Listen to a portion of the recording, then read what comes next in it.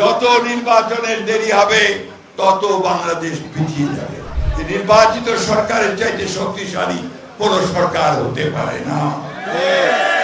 বন্ধুদের সামনে আমাদের একটাই কথা, আমরা একটা গণতান্ত্রিক বাংলাদেশ চাই।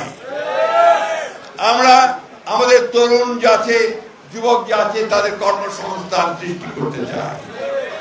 আমরা বাংলাদেশকে একটা উন্নত রাষ্ট্রে পরিণত, সেই জন্য আমরা বিএনপি থেকে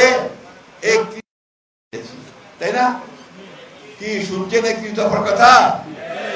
মনে হয় না, জোরে বলেন না তো।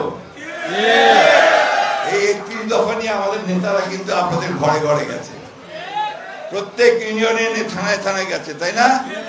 বোঝানোর চেষ্টা করছে। এই 31 দফার মধ্যেই আছে বাংলাদেশের ভবিষ্যৎ। এই 31 দফার মধ্যেই আছে নতুন বাংলাদেশের স্বপ্ন, যে স্বপ্ন আমাদেরকে সামনের দিকে এগিয়ে নিয়ে যাবে। আমরা কি চিরকাল দরিদ্র দেশ হয়ে থাকবো? আমরা কি চিরকাল সেই নিচে পড়ে থাকবো? আমরা সামনের দিকে এগোতে চাই। এবং এখন আমাদের ছেলেরা তৈরি হয়ে গেছে, তারা এখন সামনের দিকে এগোতে চায়। সেই জন্যই বিএনপিকে সেই দায়িত্ব নিতে হবে, যে সেই নেতৃত্ব দিতে হবে, যে নেতৃত্বের মধ্যে দিয়ে একটা নতুন বাংলাদেশ আমরা তৈরি করতে পারি। বন্ধুগণ, আমরা সেই বাংলাদেশ দেখতে চাই যে বাংলাদেশের স্বপ্ন শহীদ প্রেসিডেন্ট জিয়াউর রহমান দেখেছিলেন। যে বাংলাদেশের স্বপ্ন নিয়ে তিনি খাল কেটেছিলেন গ্রামে গ্রামে গিয়ে, যে বাংলাদেশের স্বপ্ন নিয়ে তিনি সমস্ত মানুষের মধ্যে গান গেয়ে বেরিয়েছিলেন, সেই স্বপ্ন দেখতে চাই। যে স্বপ্ন আমাদের নেত্রী দেশনেত্রী বেগম খালেদা জিয়া গ্রামে গ্রামান্তরে চারণ কবির মতো গান গিয়ে, গণতন্ত্রের গান গিয়ে মানুষকে উজ্জীবিত করেছে। আমরা সেই স্বপ্ন দেখতে চাই, যার স্বপ্ন আমাদেরকে এখন আমাদেরকে তরুণ নেতা তারেক রহমান সাহেব দেখাচ্ছেন। একটা আসুন আমরা সবাই মিলে একটা নতুন বাংলাদেশ গড়ে তুলি। সহজে হবে না, শত্রু অনেক বাধা দিতে চায়, আটকাতে চায়, দেরি করতে চায়। আমাদেরকে সেগুলোকে কাভার করে দিতে হবে, আমাদেরকে পার হতে হবে। আমি পরিষ্কার করে বলতে চাই, সরকারকে বলতে চাই, অন্যান্য রাজনৈতিক দলগুলোকে বলতে চাই, যত নির্বাচনের দেরি হবে তত বাংলাদেশ পিছিয়ে যাবে। বিনিয়োগ আসবে না, ইনভেস্টমেন্ট হবে না, আমার ছেলেদের জব অপরচুনিটিস তৈরি হবে না, আমার মায়েরা মেয়েরা আরো বেশি নিরাপত্তা হারাবে, মবক্রেসি আরো বাড়বে, জুডিশিয়াল সিস্টেম ভেঙে পড়বে, আইন শৃঙ্খলা পরিস্থিতি ভেঙে পড়বে।